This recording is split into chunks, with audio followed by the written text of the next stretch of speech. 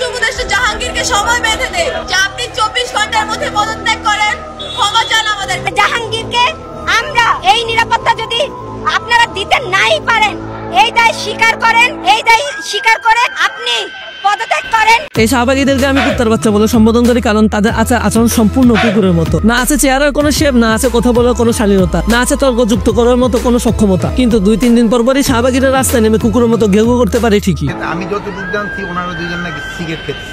WhatsApp ভাইজান, this is ভাইজান and welcome to রমাদান মাস।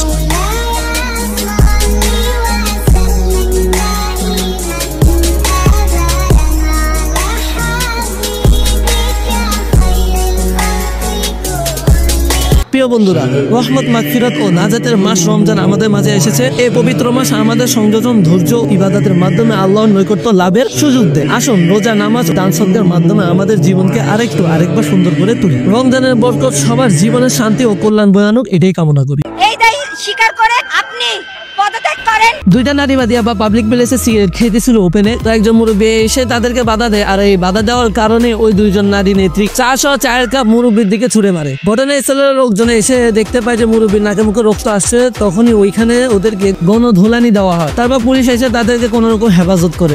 জায়গায় কিন্তু সিগারেট খাওয়া এই নারী পুরুষ সবার জন্য নিষেধ।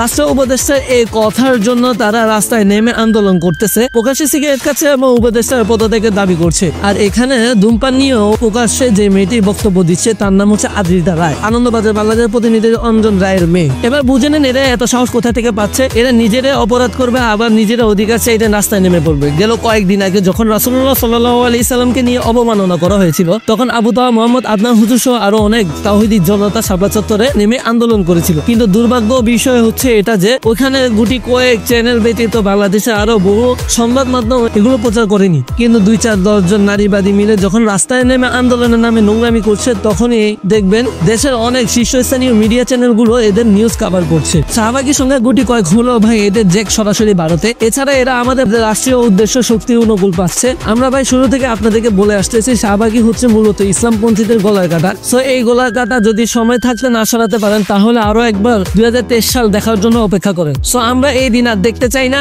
সবাই সোচ্চার হন, শাহবাগী পন্থী নারীবাদী নিপাত যাক, ইনকিলাব জিন্দাবাদ।